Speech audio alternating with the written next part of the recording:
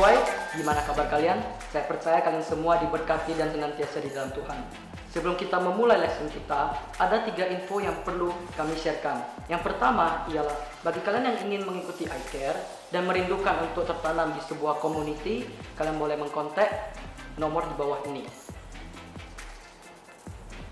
Dan untuk info kedua ialah pada setiap Sabtu pukul 4 sore di minggu kedua dan minggu keempat kita memiliki TY live stream. So don't forget and don't miss it guys. And for the last info itu ialah bagi kalian yang ingin memberikan persembahan boleh mentransfer di rekening di bawah ini. Baiklah, saya tahu kalian semua sudah tidak sabar untuk mengikuti live stream kita. So tidak tunggu lama-lama lagi, siapkan hati kalian dan marilah kita memuji nama Tuhan. Let's go!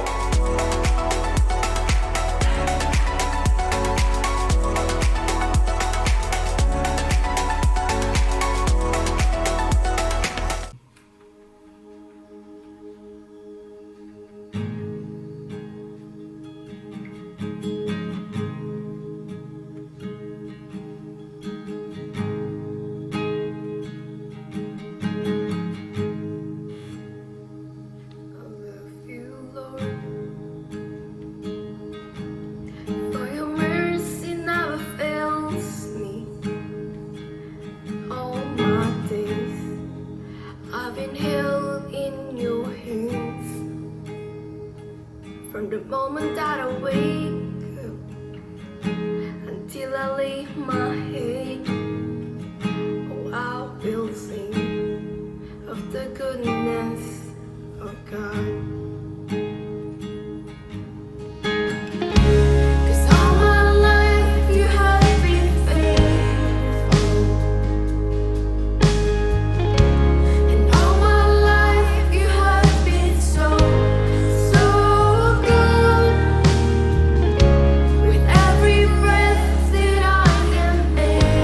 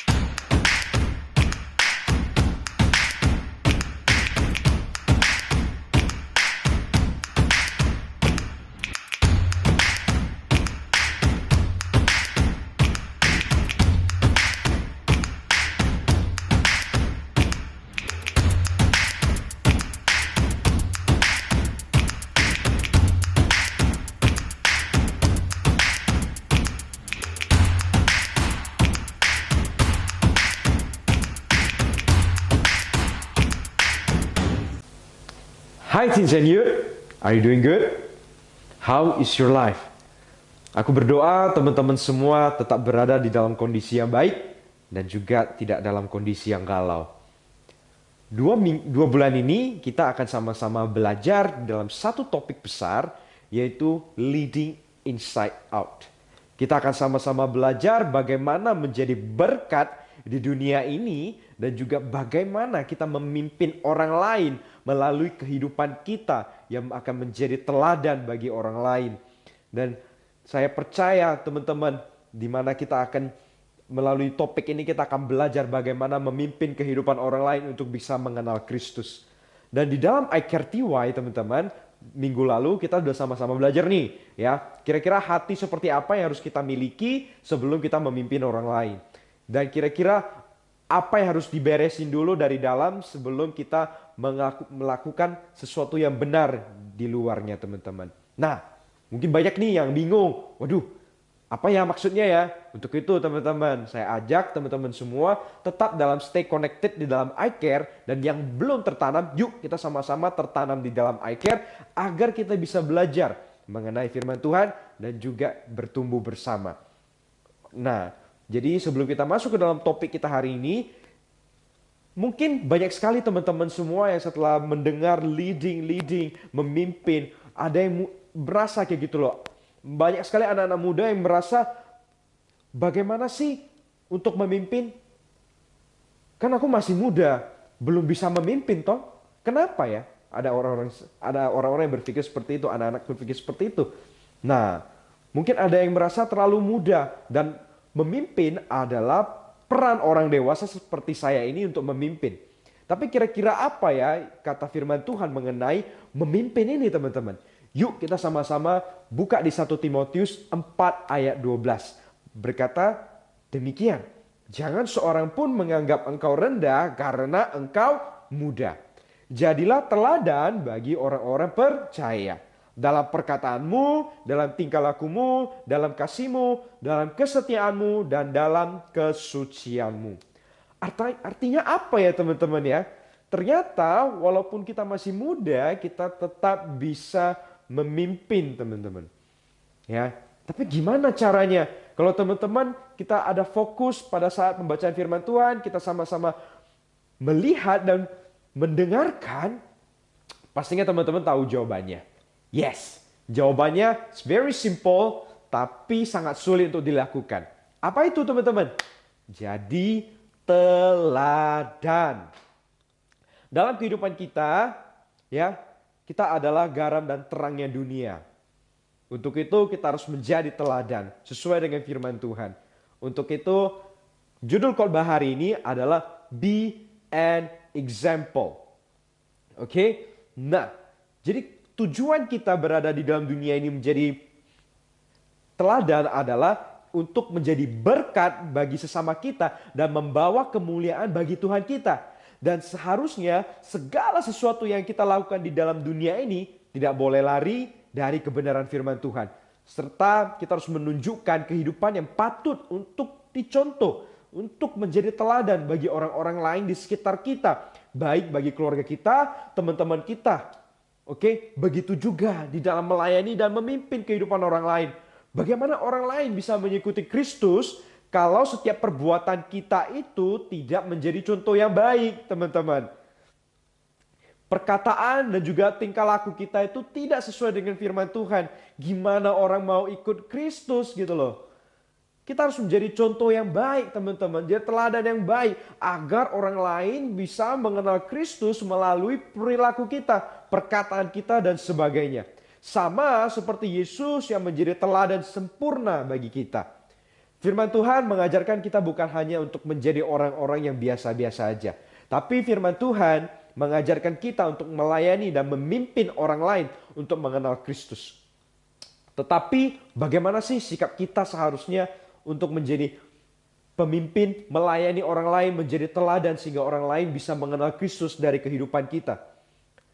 Hari ini, catat, ambil pen teman-teman, notes teman-teman, kita akan sama-sama belajar, take note, kita akan belajar di satu kitab yaitu 1 Petrus 5 ayat 3 sampai dengan 4. yang berkata demikian, janganlah kamu berbuat seolah-olah kamu mau memerintah atas mereka yang dipercayakan kepadamu.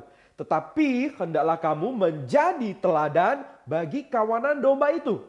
Maka kamu apabila gembala agung datang, kamu akan menerima mahkota kemuliaan yang tidak dapat layu. I love the English version. This 1 Petrus 5 ayat 3-4 yang saya ambil di Amplified Version. Says like this, not lording it over those assigned to your care. Do not be arrogant or overbearing, but be examples of Christian living. To the flock, set a pattern of integrity for your congregation.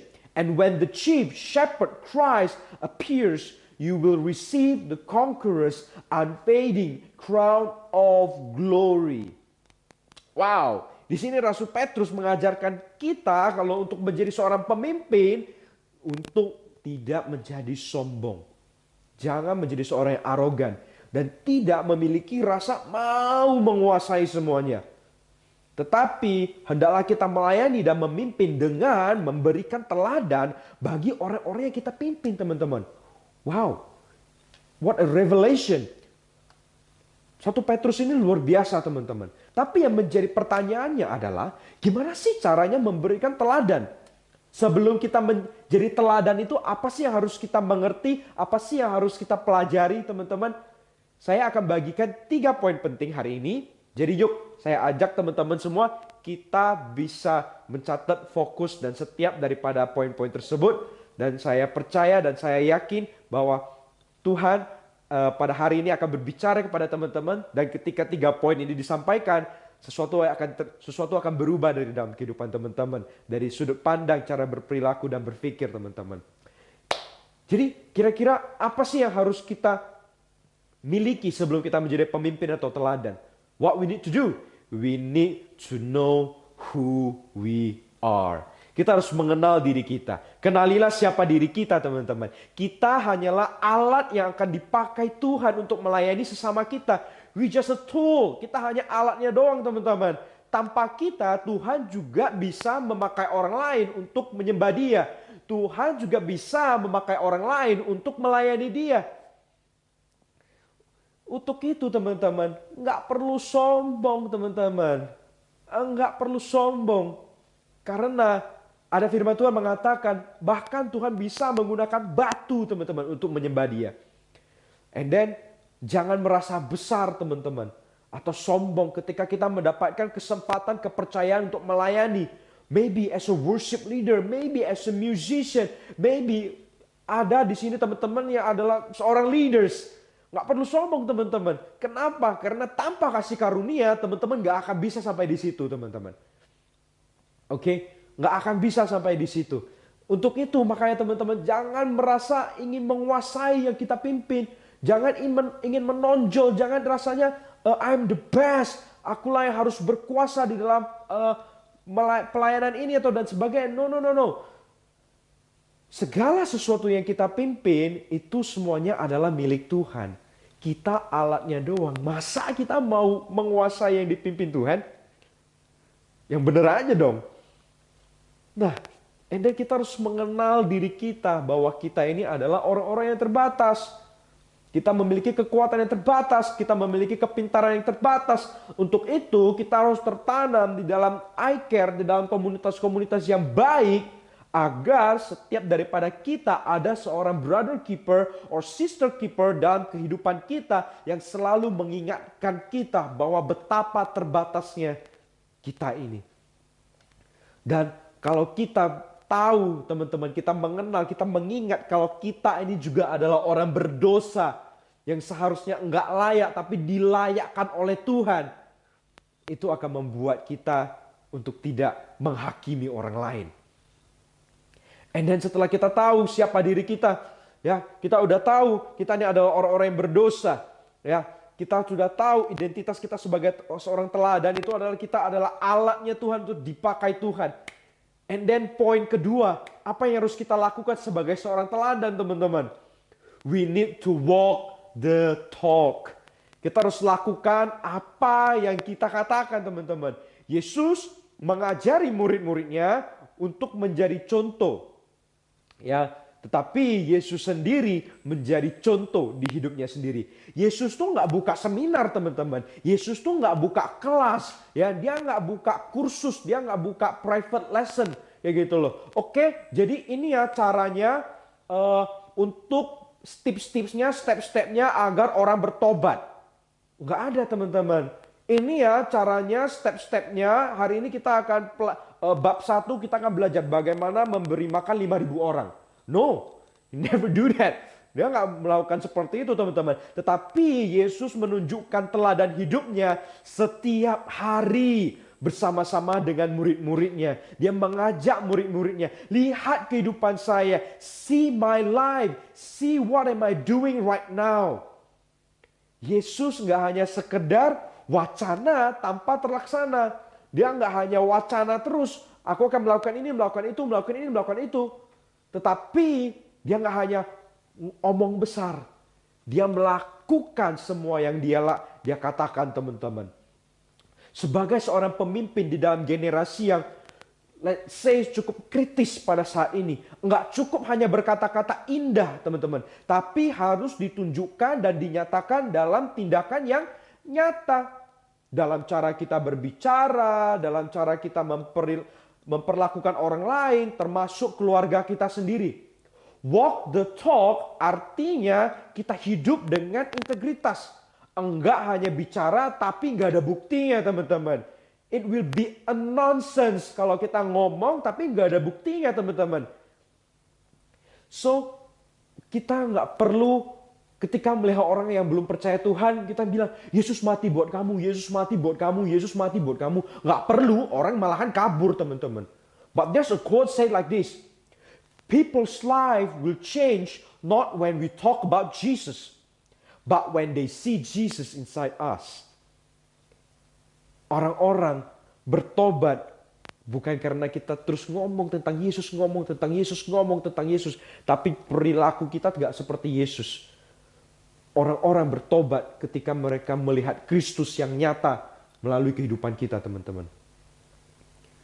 Dan setelah kita tahu siapa diri kita dan kita melakukan segala sesuatu sesuai dengan firman Tuhan, mungkin ada yang merasa, apa sih keuntungan aku melakukan hal seperti itu? Apa sih yang aku dapatkan, teman-teman? Imbalan apa? Kira-kira return-nya itu apa, teman-teman? Ya, I want to say to all of you, kita nggak perlu pusingin imbalan apa yang kita terima ketika kita melayani atau memimpin orang lain. Ya, kita nggak perlu pusingin imbalan seperti apa kalau orang lain bisa mengenal Kristus. Apa sih imbalannya? Itu bukan urusan kita, teman-teman. Itu urusan Tuhan. Oke? Ketika kita hidup benar dan menjadi teladan berdasarkan firman Tuhan, itu bukan untuk orang lain, teman-teman. Tetapi itu untuk kebaikan diri kita sendiri. Di mana hidup kita, ketika kita hidup benar, kita hidup sesuai dengan firman Tuhan, hidup kita akan menjadi hidup yang teduh. Bukan hidup yang penuh dengan kekhawatiran, penuh dengan ketakutan dan sebagainya. Dan kalau teman-teman tanya kepada saya, and then untuk kebaikan diri kita, hari ini kira-kira apa yang sudah didapatkan? Saya percaya bahwa di 1 Petrus ini luar biasa. Dia ada menyatakan janjinya Tuhan. Di 1 Petrus 5:4 mengatakan seperti ini. Ada janjinya Tuhan, di mana Tuhan sendiri itu berjanji, oke, bahwa kita akan menerima mahkota kemuliaan yang tidak akan layu. We will receive the crown of glory. Itu poin ketiga kita, teman-teman. We will receive the crown of glory. You will not receive the worldly reward, but the heavenly reward. Pada saat tahun 2018, ya, I think ya benar, 2018 sekitar bulan September, saya ada beberapa anak-anak teens and youth yang memberikan diri untuk dibaptis, sekitar 8 orang. Oke. Pada saat itu, ketika mereka memberikan diri dibaptis, mereka penuh dengan conviction, mereka penuh dengan keyakinan untuk mengikuti Kristus, and then tibalah hari pada saat mereka untuk dibaptis. Satu persatu, ada 8 orang. Orang pertama masuk air, orang kedua, orang ketiga, orang keempat, orang kelima, hingga orang ke-8. What did I do pada saat itu? Aku menangis, teman-teman. I cry. Ya mungkin ada teman-teman di sini yang tahu, ya, but I cry. Aku benar-benar menangis. I don't know why, because aku merasakan ada rasa senang yang melebihi dari segala sesuatu seperti itu. And that moment aku mengerti, itulah yang disebut sebagai heavenly reward. Sukacita yang luar biasa. Sukacita yang dahsyat. Teman-teman. If you ask me, heavenly reward itu seperti apa sih kok? Heavenly reward itu kira-kira apa saja? I cannot list down what is the heavenly reward. Karena setiap orang akan menerima mahkota kemuliaannya itu berbeda-beda. The question is, kalau kamu mau menerima heavenly reward itu, apakah kita semua sudah mengalami Tuhan secara pribadi? Hari ini, I want to close it. Sebagai penutup, I want to say this to all of you. Yesus dalam pelayanannya itu nggak sibuk mengumumkan siapakah dia sebenarnya. Dia nggak sibuk, dia nggak teriak di jalan, aku juru selamat, aku juru selamat, aku juru selamat. No.